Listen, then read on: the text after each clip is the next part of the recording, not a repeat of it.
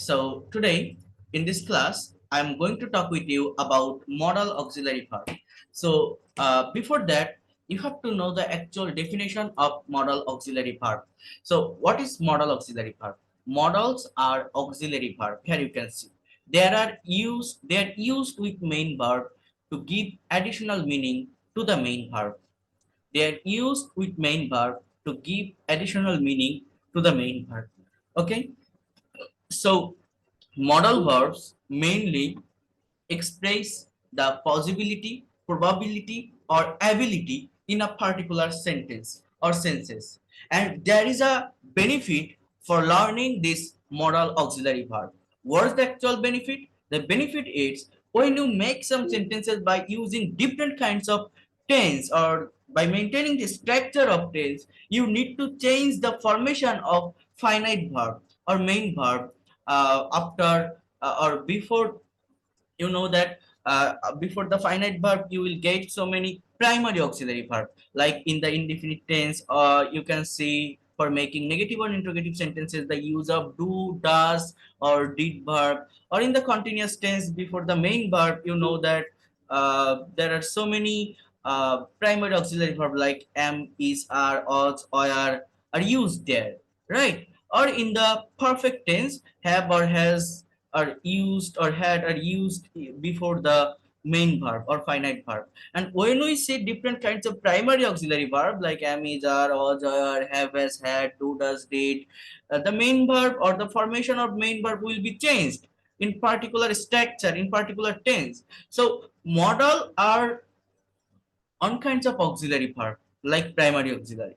But there is a benefit for learning this modal auxiliary verb, and the benefit is after the modal verb, you don't need to use or you don't need to change the formation of main verb or finite verb. For example, if you use can or could, may or might, shall or should, will or would, whatever you use there, the main verb will be root form or base form or present form. That means you can't add or you won't add s, es, d, ed, ing with the finite verb or main verb. Have you understood what I have said about that? Huh? Yes, sir. Have you got it? Yes, sir. Okay, thank you. So if I clarify in details it, then please let's see the slide here. First of all, verbs are two types. Okay, verbs. It gives a action. Verbs is the heartbeat of any kinds of English sentences. You know that I have already mentioned with you. Verb is the heartbeat of sentence. Without verb, you cannot make any kinds of English sentence. So these verbs are mainly two types in English language. The first one is finite verb, and the second one is non-finite verb. How many types of verb? Firstly, the verbs are two types, finite and non-finite.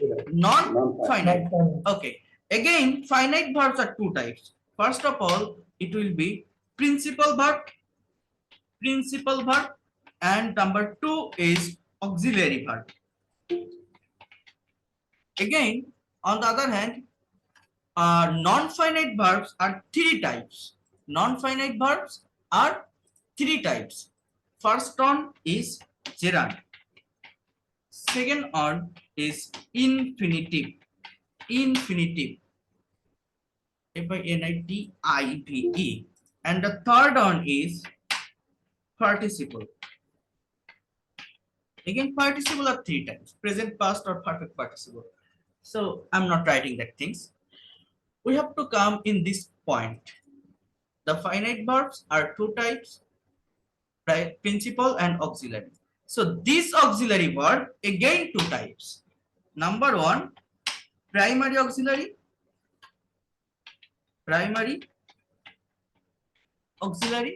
and number two, modal auxiliary. How many types of auxiliary verb are there in English language? Two types, primary and modal auxiliary. This modal auxiliary is again on type. That is called semi-modal auxiliary. Semi-modal auxiliary. So primary auxiliary verbs, the example of primary auxiliary verbs are like, you know, that do, does, did, am, is, are, was, were, have, has, and had. These are primary auxiliary verb. These are primary auxiliary verb. And these verbs are used with tense. These verbs are used with tense. Have you understood what I have said? When we make some sentences by using different kinds of tense, by maintaining the structure of tense, we need to use these auxiliary verb for structurizing this sentence, for changing the time of this sentence, or for making negative or interrogative sentences. On the other hand, modal auxiliary verbs are this express the different category, and these verbs play the major role in the sentences. It can be can or could or should or may or might or you know that need to, dare to must লিখছি must or would. These are modal auxiliary verb. As well as if I write semi modal auxiliary verb, it looks like primary auxiliary but it works as a modal auxiliary. For example, am to, is to, are to, have to, has to, had to. Okay. So these are semi-modal auxiliary, or you can also make some semi-modal auxiliary like am, is, are, was, that, supposed to, or going to. But these are modal and semi-modal auxiliary verb, and all the verb play a major role in the sentences. So you know that I have already taught with you about tense, and in the tense you have seen the use of these primary auxiliary verb. In the present indefinite tense, we use do or does for making negative or interrogative sentence. In the past indefinite tense, we use did, or for making continuous tense, we use am, is, are, was, were, and for perfect tense, we use have, has, or had. Right? Yes, sir. And I have already told you that by making the sentence of maintaining the structure of tense, your whole thought, your whole expression won't be broadens. For that reason, for broadens your sense, for broadens your things, your whole thought, for changing the actual time of your actual main verb, you need to know the use of modal and semi-modal auxiliary verb. Okay, for this sequence today in this class, I'll talk with you this modal verb. So for learning this modal verb, first of all, you have to know the vocabulary of modal auxiliary verb, because I have already said you that modal verb play the major role in the sentences that you won't find in the structure of tense or for the primary auxiliary verb. What I have said, have you understood? বুঝতে পারছেন কি বলছি? বোঝা যায় কথা? Yes, sir. Sure. কথাগুলো ধরতে পারেন? স্যার ভালো বুঝতে পারি। ধরতে পারেন? ইংলিশে কথা বলা শিখতে হবে। Yes, ইংলিশে sir. কথা বলা, লেকচার দেওয়া শিখতে হবে। একটু একটু করে এগোতে হবে, কাজ করতে হবে। তাহলে আপনারা পারবেন। বুঝেছেন কি বলছি? সবাইকে বলছি। মডেল অক্সিলারি আর সেমি মডেল অক্সিলারির মধ্যে পার্থক্যটা একটু বলে দেন। কোনো পার্থক্য নেই। এক একটা এক এক ধরনের অর্থ দেয়। দেখেন, বোঝার ট্রাই করবেন।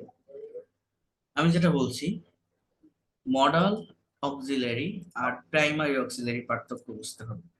প্রাইমারি অক্সিলারি ভার্বগুলোর ব্যবহার হয় কোথায়? টেন্সের স্ট্রাকচারে।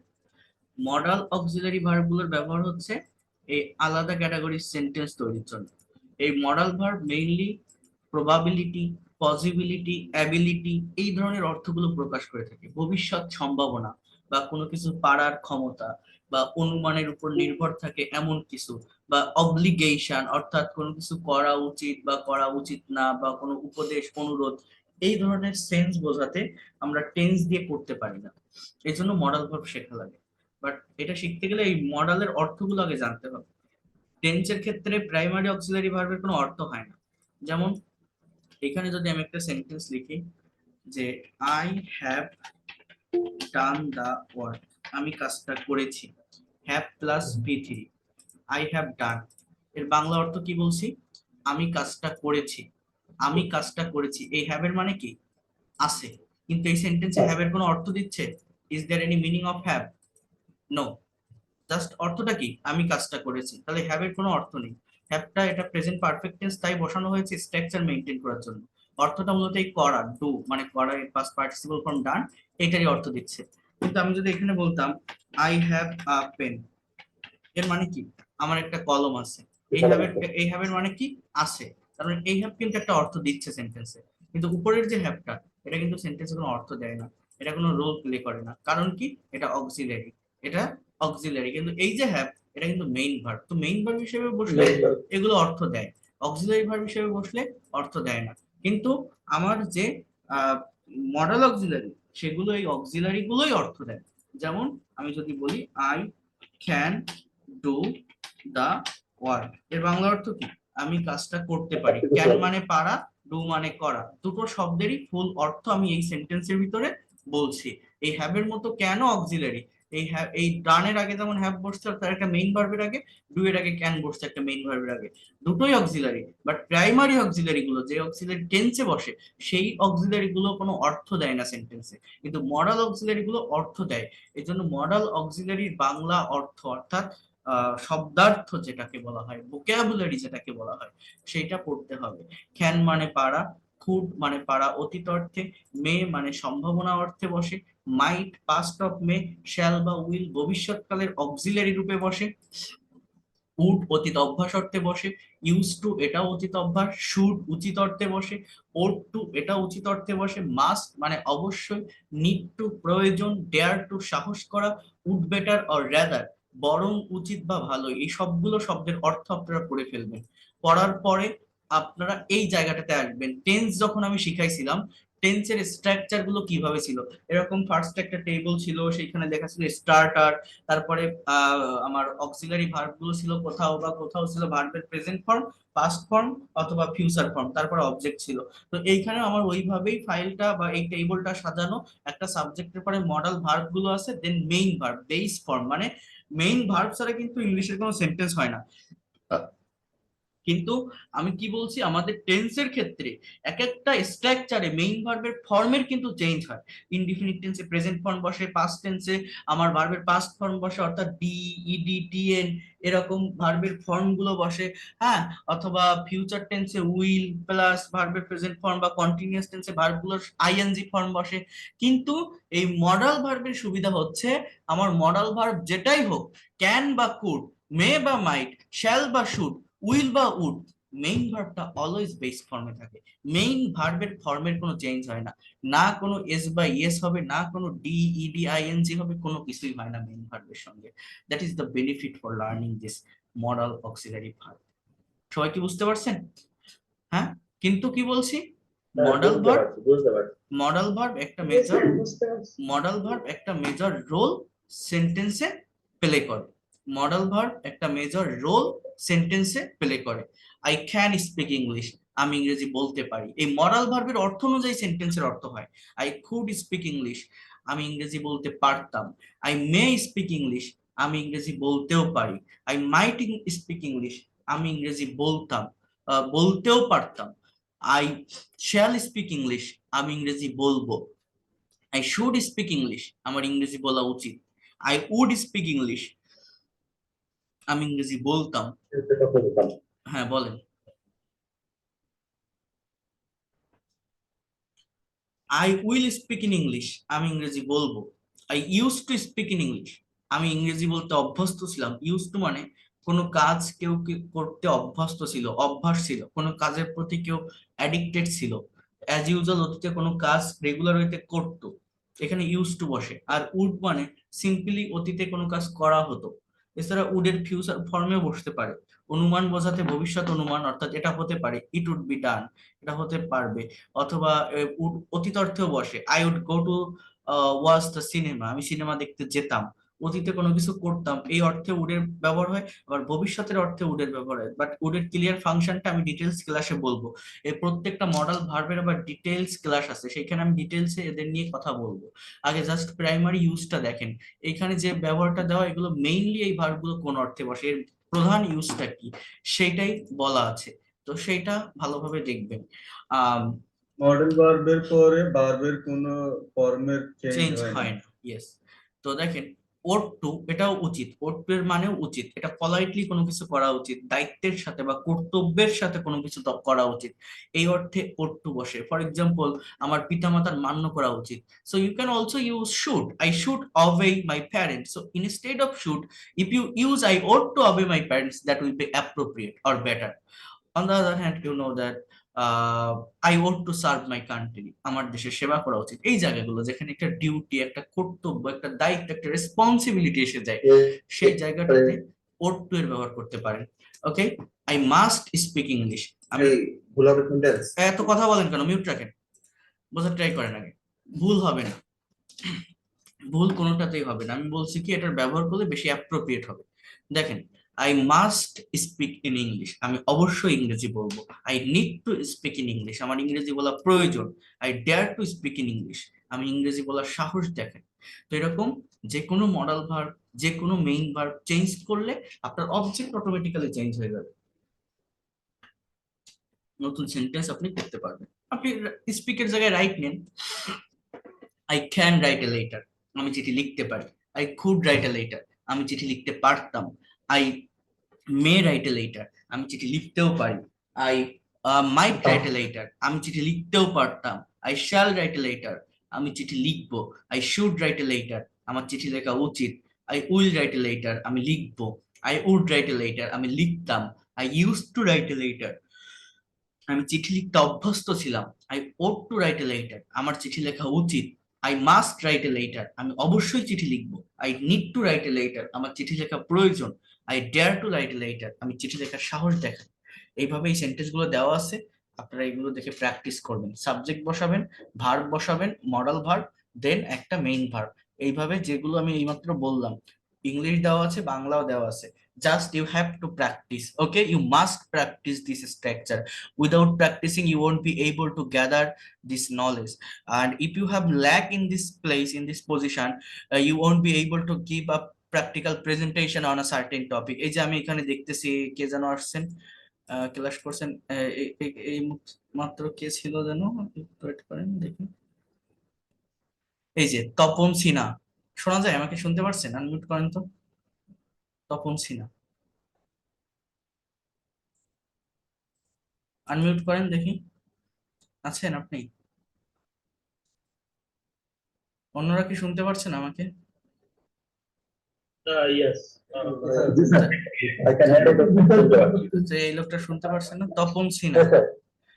হ্যাঁ, আপনি আপনি আমার এই ব্যাচে ক্লাস করছেন, আপনি এইমাত্র এর আগে একটা ক্লাস নিলাম, আপনি সেইখানেও ছিলেন, ছিলেন না? প্রেজেন্টেশন ক্লাসে ভোকাবুলারি সিরিজ নিচ্ছিলাম, ছিলেন। সেখানে কি পড়াইছি সেগুলো দেখছেন, দেখেছেন? তো ওই জায়গাগুলোতে যেতে গেলে এই জায়গাগুলো আমার ভালোভাবে ডেভেলপ করতে হবে কিনা। যেমন আমি শিখাচ্ছিলাম যে how can we give a presentation on a particular topic, or the topic was, you know, that the importance of reading English newspaper for foreign student. So ওই জায়গাতে আমি একটা স্ট্রাকচারের কথা বারবার বলছিলাম যে politician can know, people can know, or you know that an economist can know about the economical situation of a country by reading newspaper, বলছিলাম না? তো ওই জায়গাটাতে ব্যবহার কার ছিল? এই মডাল ভার্বের। কথা বুঝতে পারছেন কি বলছি? হ্যাঁ, আপনি হয়তো ওই আগের ব্যাচে ভালোভাবে বোঝেননি মনে হয়, তাই এই ব্যাচে আসছেন, আমার খেয়াল নেই আপনি কিভাবে এখানে আসছেন, বাট আমার দেখে মনে পড়ছে আপনাকে, আপনি ওই ব্যাচটাতেও ক্লাস করছেন এর আগে, তো তাই আপনাকে বলছি কম্পেয়ার করতে শেখেন। বুঝতে শেখেন। আর সবাইকে উদ্দেশ্য করে বলছি, এই জায়গাগুলোতে যদি দুর্বলতা থাকে, এই জায়গাগুলো যদি না পারেন, ওইখানে আপনি দেখছেন কতগুলো মানুষ অনেক ভালোভাবে প্রেজেন্টেশনও দিয়েছে, ফ্লুয়েন্টলি কথা বলছে, ইনস্ট্যান্টলি কথা বলছে, তারা না দেখে বলছে না। তো আপনিও বলার চেষ্টা করেছেন। তো এইটা পারতে গেলে এই জায়গাটা আগে কাভার করতে হবে, আগে কাভার করতে হবে। জাস্ট আমি আপনাদেরকে ক্লাস করাচ্ছি, কোর্স করাচ্ছি, সবগুলো ক্লাস আমি নিব। আমি আবারও বলছি, আমার যে কোর্স, আমার যে কন্টেন্ট, সব আমি নিব। ওই যে আরেকটা লোককে দিয়ে ক্লাস নেওয়াইছি বা নেওয়াই, ওগুলো আমার ব্যাকআপ ক্লাস থাকে, অর্থাৎ যেদিন আমি টাইম পাই না বা নিতে পারি না, সেগুলো আমি নেওয়াই। কেন নেওয়াই? কারণ ক্লাস অফ রাখলে হয় না। কারণ এটা একটা ভাষা, একটা ল্যাঙ্গুয়েজ। যত বেশি শিডিউলের মধ্যে থাকা যায়, যত বেশি প্র্যাকটিসের মধ্যে থাকা যায়, তত বেশি বেনিফিট আপনার হয়। এটা সায়েন্স না বা ম্যাথ না যে আপনি এখানে কি বলবো ব্রেন দিয়ে বুঝবেন। এটা আপনার প্র্যাকটিসের উপর ডিপেন্ড করে, আপনাকে চর্চা করে যেতে হবে। আপনি যতটুকু নিতে পারেন, কি করতে হবে? রেগুলার হইতে চর্চা কথা করতে বলতেছে হবে। স্যার। এটা কি করতে হবে বলেন, কি বলছি? চর্চা করতে হবে। এটা যদি না পারেন, তাহলে গ্যাদার করতে পারবেন না। জাস্ট উইদিন 3 মান্থ আমি এতটুকু বলতে পারি, আপনি রেগুলারিটি মেনটেন করে ক্লাস করেন, আপনি অবশ্যই অবশ্যই ল্যাঙ্গুয়েজে এক্সপার্ট এবং ফ্লুয়েন্ট হবেন। এটা মডাল পড়াচ্ছি না, এরপর সেমি মডেলটা দেখাবো। ভয়েস চেঞ্জটা তো দেখাইছি, সেমি মডেলটা দেখানোর পরে সবগুলো নিয়ে আমি আরেকবার হাইলাইট করব। করার পর আপনাদেরকেও ওই প্রেজেন্টেশন ক্লাসে আমি নিয়ে যাব। প্রেজেন্টেশন, কনভারসেশন, হ্যাঁ, ট্রান্সলেশন, 100%। ভোকাবুলারি সিরিজ, এই জায়গাগুলোতে আমি নিয়ে যাব। তো সেগুলো আপনারা দেখতে পারবেন। কথা বুঝতে পারছেন সবাই কি বলছি? বাট এই জায়গাটা আগে ক্লাসের ডেভেলপ মধ্যে কি করতে হবে। কথা বলবো স্যার? হ্যাঁ বলেন। ক্লাস শেষ হওয়ার পরে কি আমরা একটু কথা বলতে পারবো না? ক্লাসের মধ্যে একটু কথা বলতে হ্যাঁ চাই। বলেন, এখন বলেন। আমাদের যে রায়হান স্যারের ক্লাস নিয়ে স্যার গতকালকে অনেক কিছু হয়েছে। আসলে আমাদের এই 45 বা 40 জনের মধ্যে সব মুভমেন্ট তো একরকম না। হুম। হয়তো স্যার কালকে একটু কষ্ট পাইছে, কিন্তু আপনি তো মানুষ স্যার, আপনি তো আর লোহার তৈরি বা ইয়ের তৈরি না যে আপনি প্রতিদিন নিতে পারবেন। আপনার স্যার যখন কাজ থাকে, হুম। আপনি আপনার কাজ করবেন, ব্যাকআপ উনি দিক, সমস্যা নেই, কিন্তু উনি যদি না পারেন, প্রয়োজন হলে ওনার ক্লাসটা আবার আপনি নেবেন। হুম। হুম। আমি তো সেটাই নেই, তো এটার সমস্যা না। আপনাদের যে রুটিন আছে, যে আমরা সেটা তো রুলস স্যার আছে, বুঝি, সবই আমি নিচ্ছি। কিন্তু গতকালকে স্যার অনেক কথা হয়েছে, ওনার মুভমেন্ট হয়তো অন্যরকম হয়েছে, আপনার সাথে আলোচনা করতে হয়তো বা। তো আহ, তো যেগুলো আমি বলছি সেগুলো আপনাদের দেখতে হবে এখানে। আমি আবারও বলছি, সবকিছুই আমি নিব, আমি দেখাবো, আমার অধীনে থেকে আপনারা সবকিছু করবেন। এটা নিয়ে কোনো কিছু ভাবতে হবে না, এবং টাইমের মধ্যেই সবকিছু হবে, টাইমের বাইরে কিছু হবে না। সেই প্ল্যান, সেই স্ট্র্যাটেজি আমার আছে। আপনাদের জাস্ট কি করতে হবে? প্র্যাকটিস করতে হবে, বিষয়গুলো প্র্যাকটিস করতে হবে। আমার বইটা আমি আপনাদেরকে দিয়ে দিয়েছি, ওই বইটা ফলো করে আমি যে বিষয়গুলো পড়াচ্ছি বা এই পর্যন্ত পড়াইছি, রেগুলার হইতে ওই বইটা একটু চর্চা করবেন, দেখবেন আপনারা পারবেন। কেন পারবেন না? এইসব মডাল, ভার্ব টার্ব, এগুলো সবই ওই বইয়ের মধ্যে দেওয়া আছে। এ তো, এই যে আমি দেখাচ্ছি, এটা তো একবারের বেশি দেখানো লাগে না। বাংলা লেখা, ইংলিশ লেখা, টিচার লাগে এখানে, একজন টিচারের হেল্প লাগে? এ তো আপনি নিজেই পারবেন। টিচার কোথায় লাগে? এই যে আপনি কোর্স করছেন, এই কোর্সের বেনিফিট কি? এই আমি এই যা পড়াচ্ছি, এই আপনি যে কোনো ইউটিউব চ্যানেলেও পাবেন সার্চ দিলে। আমার কোর্সের বেনিফিট হচ্ছে এইখানে না। এই যে কেবল কথা বললাম না, এই যে তপন সিনহা কে ছিল, এই যে এর আগে যে ক্লাসটা আমি নিলাম, ওইগুলো যখন আপনারা করবেন, তখন আপনারা বুঝতে পারবেন এই কোর্সটা কেন করলাম বা এই পেইড কোর্সের বেনিফিটটা কি। ওইখানে যে এক একটা ক্লাস আমি নেই প্রেজেন্টেশনের উপর, কিভাবে ইংলিশে কথা বলতে হয়, কিভাবে স্পিচ দিতে হয়, একটা সেন্টেন্স বাংলায় না বলে সবসময় ইংলিশে কিভাবে কথা বলা যায়, সাবজেক্ট ভার্ব কিভাবে ধরতে হয়, কোন ধরনের স্ট্রাকচার অ্যাকচুয়াল রিডিং এর ভিতর, অ্যাকচুয়াল স্পিকিং এর মতো ভিতরে ব্যবহার করতে হয়, ওগুলো আপনি কোনো ইউটিউব চ্যানেলে, কোনো ফেসবুক পেজে কোথাও পাবেন না। যেগুলো ক্রিয়েটিভ ওয়ার্ক, যেগুলো আমার কষ্ট করে করে লেখা লাগে, করা লাগে, ওইখানে একটা ক্লাস নিতে অনেক টাইম লাগে। তো সেই জায়গাগুলোতে যাব আমি। বাট তার আগে এগুলো যত দ্রুত সম্ভব আপনারা যদি ইমপ্রুভ করতে পারেন, ওইখানে প্র্যাকটিসের সময়টা বেশি পাবেন।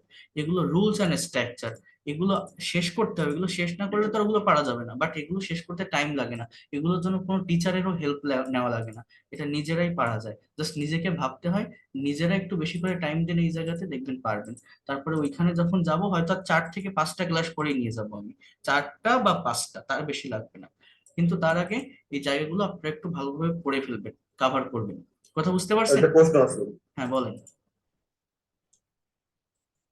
সে আমাদের ভয়েসটা পড়েছিল রায়হান স্যার, এটা তো ফুললি ক্লিয়ার হয়নি স্যার, এটা। কেন ভয়েস আমি পড়াইছি তো তার পরের দিন, দেখেননি আপনি? বয়স আমি Excellent, পড়াইছি তো, sir. তাহলে আর কি আবার দেখাবেন, আবার হাইলাইট করবো এটার উপর। বললাম স্যার, ঠিক আছে। তো দেখেন, যেটা আমি বলছি বোঝার ট্রাই করবেন। তাহলে এখানে আমার কি দাঁড়াচ্ছে, এই জায়গাটাতে subject, then modal verb, then main verb, and then আমার অবজেক্ট। জাস্ট এইভাবেই প্রত্যেকটা মডাল ভার্ব অনুযায়ী কিন্তু অর্থ হচ্ছে। এখানে স্পিক মানে বলা, আর এই মডাল ভার্ব দিয়ে যেটা হতে পারে, যেমন ক্যান মানে পারা, তো আমি বলতে পারি। কুড মানে পারতাম, তো বলতে পারতাম। মে মানে বলতেও পারি, একটা অনুমানের উপর থাকে। এই শ্যাল মানে বলবো, তো এই শ্যালের জন্য আমার এই বলবোটা আসছে। বলা উচিত, শুড মানে উচিত, তাই বলা উচিত আসছে।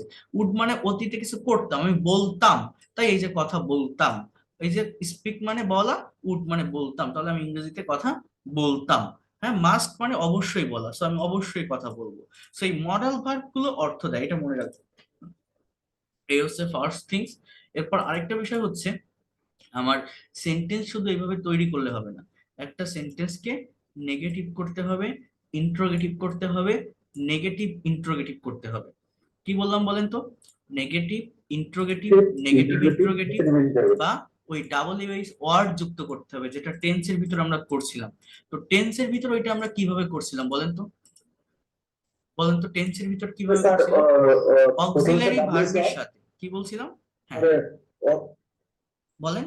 সুভাষ শুভঙ্কর সাহা বলেন, কি বলছি? অক্সিলারি প্রথমে ভার্বের সাথে। ডাব্লিউ স্যার, হুম, না দুই ডাবল হাজার ওয়ার্ড তারপরে ওইটা না। সাবজেক্ট। না, আমি বলছি নেগেটিভ সেন্টেন্স কিভাবে করি। নেগেটিভ, আমার জাস্ট একটা সেন্টেন্সের অক্সিলারি ভার্বের সাথে নট বসালেই সেন্টেন্স নেগেটিভ হয়ে যায়। কিন্তু আমি কি বলছিলাম, যে প্রেজেন্ট আর পাস্ট ইনডিফিনিট টেন্সের আমাদের মেইন সেন্টেন্স, অক্সিলারি হয়তো সামনে নিয়ে আসলেই আমার প্রশ্ন মতো হয়ে যাবে। হ্যাঁ, অক্সিলারি ভার্বটা সাবজেক্টের আগে আনলেই ইন্ট্রোগেটিভ হয়ে যায়। আবারও বলছি, আমার সেন্টেন্সের যে কোনো সেন্টেন্সে অক্সিলারি ভার্ব থাকে, শুধুমাত্র প্রেজেন্ট আর পাস্ট ইনডিফিনিট টেন্সে থাকে না। ওইখানে ডু ডাজ ডিড কে নিয়ে আসতে হয় অক্সিলারি ভার্ব হিসেবে, আর সব স্ট্রাকচারেই থাকে। তো নিয়ম হচ্ছে, অক্সিলারি ভার্বের সাথে নট বসালে সেন্টেন্স নেগেটিভ হয়, অক্সিলারি ভার্বটাকে সাবজেক্টের আগে আনলে সেন্টেন্স ইন্ট্রোগেটিভ হয়, সাবজেক্টের আগে আনলে সেন্টেন্স ইন্ট্রোগেটিভ হয়। আমি কি বোঝাতে পারলাম? বুঝতে পারছেন আপনারা? এই ছাড়া আর কিছু না। আর তার আগে যদি ডাবল ইউ শর্ট বসান, তাহলে ডাবল ইউ ইন্ট্রোগেটিভ সেন্টেন্স হয়। তো এই যে ক্যান, কুড, মে, মাইট, এগুলো অক্সিলারি ভার্ব। তো এদের সাথে নট বসালে নেগেটিভ হয়ে যায়, আর এদেরকে আগে আনলে ইন্ট্রোগেটিভ হয়ে যায়। একদম ইজি। কিন্তু আমি আবারও বলে রাখছি, এই প্রত্যেকটা মডাল ভার্ব, এদের কিন্তু ডিটেলস ব্যবহার আছে। তো আমরা আলাদা আলাদা পার্টিকুলার ক্লাসে এই ভার্ব গুলোকে ডিটেলসে আমরা দেখবো, একদিনে দেখবো না। আপনাদের আজকে জাস্ট এই মডাল ভার্বের এই প্রাইমারি জায়গাটা আপনারা কভার করবেন। সেটা হচ্ছে কি, সেন্টেন্স তৈরি করা, মডাল ভার্বের অর্থ বোঝা, এবং এই নেগেটিভ করা। যেমন আই কান্ট স্পিক ইংলিশ, আমি ইংরেজি বলতে পারি না। We couldn't write a letter, আমরা চিঠি লিখতে পারতাম না। You shouldn't draw a picture, তোমার ছবি আঁকা উচিত না। He wouldn't sing a song, সে গান গাইতো না। এই যে দেখেন এখানে লেখা আছে, এখানে লেখা আছে you can't draw a picture, তুমি ছবি আঁকতে পারো না। You couldn't draw a picture, তুমি ছবি আঁকতে পারতে না। You shouldn't draw a picture, তোমার ছবি আঁকা উচিত না। You wouldn't draw a picture, তুমি ছবি আঁকতে না। You mustn't draw a picture, তুমি অবশ্যই ছবি আঁকবে না। I shan't go to Dhaka, আমি ঢাকা যাব না। হি ওন্ট ডু ইট, সে এটা করবে না। We won't agri on it, আমরা এটাই রাজি হব না বা হতে পারি না। সো এই হচ্ছে নেগেটিভ, জাস্ট মডাল গুলোর সাথে নট। আর ইন্ট্রোগেটিভটা হচ্ছে মডালটাকে যদি আপনি সাবজেক্টের আগে নিয়ে আসেন। যেমন could you speak in English, আমি কি ইংরেজিতে কথা বলতে পারতাম। Can you speak in English, তুমি কি ইংরেজিতে কথা বলতে পারো। Could you lend me your, আচ্ছা এইটা একটা আলাদা স্ট্রাকচার, এটা আমি পরে আসবো। Will you draw a picture, তুমি কি একটি ছবি আঁকবে। Will you post the letter, তুমি কি চিঠিটা ডাকে দিবে। হ্যাঁ, can she do the work, সে কি কাজটা করতে পারে। হ্যাঁ, shall I do it. So এরকম ভাবে জাস্ট মডাল ভার্বটাকে সাবজেক্টের আগে আনলে আপনার সেন্টেন্স ইন্ট্রোগেটিভ হয়ে যায়।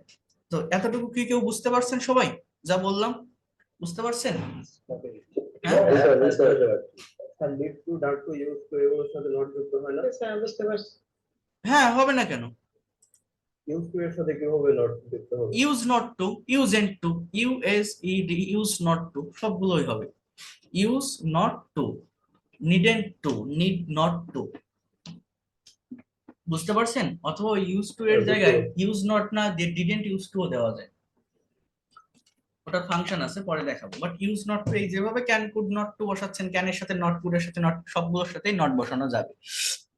আচ্ছা, তো এখন আপনাদেরকে আমি একটা কনভারসেশন দেখাবো।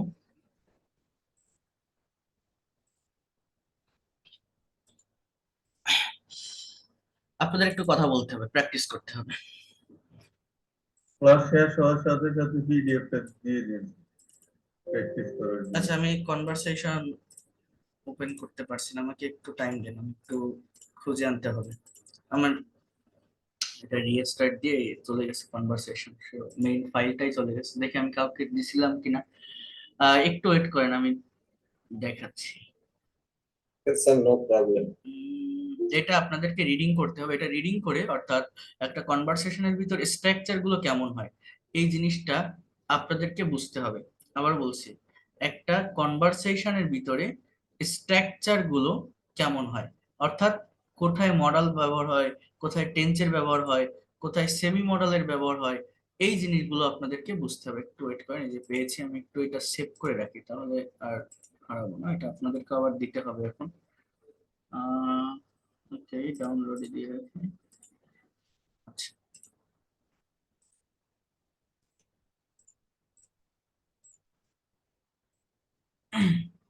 এটা পাঠিয়ে দিলে আপনারা প্র্যাকটিস করবেন, ঠিক আছে? ওকে, সো এখানে একটা কনভারসেশন আছে, এটা কেউ একজন পড়তে পারবেন? এনিওন, যে কোনো একজন পড়ে বাংলা করতে হবে, বাংলা করতে পারবেন? কে পারবেন বলেন, হু ক্যান ডু দ্যাট? আলামিন, আলামিন মেহতাব, বলেন, পড়েন। এটা এই প্রথম থেকে পড়বেন, এই যে মোবাইল ফোন, এখান থেকে পড়েন।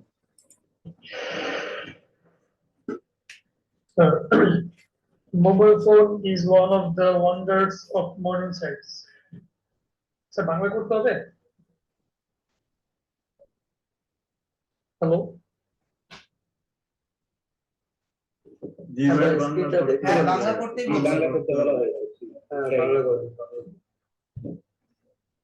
বাংলা করতে মানে বলছি। ইংরেজির পরে বাংলা লিখতে হবে? হ্যাঁ, আপনি পড়েন, আমি করে দিব, সমস্যা নেই, পড়তে থাকেন। Okay. Mobile phone is one of the wonders of the modern science. আচ্ছা, এবার এইটুক It দেখে has বলেন, added- আর পড়া লাগবে না, এইটুক দেখে আমাকে বলেন তো এটা কোন টেন্সের সেন্টেন্স, এই সেন্টেন্সটা কোন টেন্সে লেখা, বলেন। it has Present indefinite tense. চলতেছে। Present indefinite কই tense. চলতেছে, কি চলতেছে? মানে তো হয়ে আসছে যে মডার্ন সায়েন্সটা হচ্ছে বর্তমান সময়ে চলতেছে। Past indefinite, sir. এটা প্রেজেন্ট ইনডিফিনিট। আটটা জগন্নাথ আবিষ্কার। Present, sir. Present indefinite. এই সেন্টেন্সটার বাংলা অর্থ কি? মোবাইল ফোন হচ্ছে বর্তমান আধুনিক বিজ্ঞানের একটি আবিষ্কার। আটটা জগন্নাথ আবিষ্কার। একটা বিস্ময়, ওয়ান্ডার্স মানে কি? বিস্ময়, ঠিক আছে? তো এটা প্রেজেন্ট ইনডিফিনিট টেন্সের সেন্টেন্স, এখানে ভার্বটা হচ্ছে ইজ, এই সাবজেক্টের পরে ভার্ব দেখলে আমার সেন্টেন্সের অ্যাকচুয়াল মিনিং বোঝা যায় বা টেন্সটাকে ধরা যায়। এই অ্যাম ইজ আর থাকলে অনেকে মনে করে কন্টিনিউয়াস টেন্স, বাট এটা কিন্তু কন্টিনিউয়াস না, এটা ইনডিফিনিট। এই ইজটা একাই ভার্ব, এছাড়া আর কোনো ভার্ব নেই, এটা বি ভার্বের সেন্টেন্স। এই ইজের পরে যদি অন্য আরেকটা ভার্ব থাকতো এবং তার সাথে আইএনজি থাকতো তাহলে কন্টিনিউয়াস বলা যেত, এটা জাস্ট ইনডিফিনিট। এরপর দেখেন, ইট হ্যাজ অ্যাডেড, এই যে has plus added, has plus add এর সাথে ইডি অ্যাডেড, এটা প্রেজেন্ট পারফেক্ট টেন্সের স্ট্রাকচার। Perfect tense. তাহলে দেখেন, এতটুকুর মানে কি? অ্যাড মানে কি? যোগ করা, যুক্ত করা। তাহলে ইট হ্যাজ অ্যাডেড এর মানে কি? এটা যুক্ত করেছে, এটা যোগ করেছে।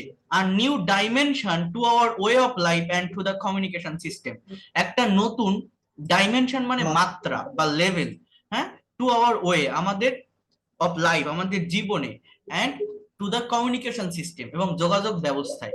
তাহলে কি কি বলছে, মোবাইল ফোন কি করেছে? আমাদের জীবনে এবং আমাদের যোগাযোগ ব্যবস্থায় একটা নতুন মাত্রা যুক্ত করেছে। ওকে, এরপর কি লেখা আছে যে but it can be misused by someone, কিন্তু এটা মিসইউজড হতে পারে কারো কারো দ্বারা, অপব্যবহার হতে পারে।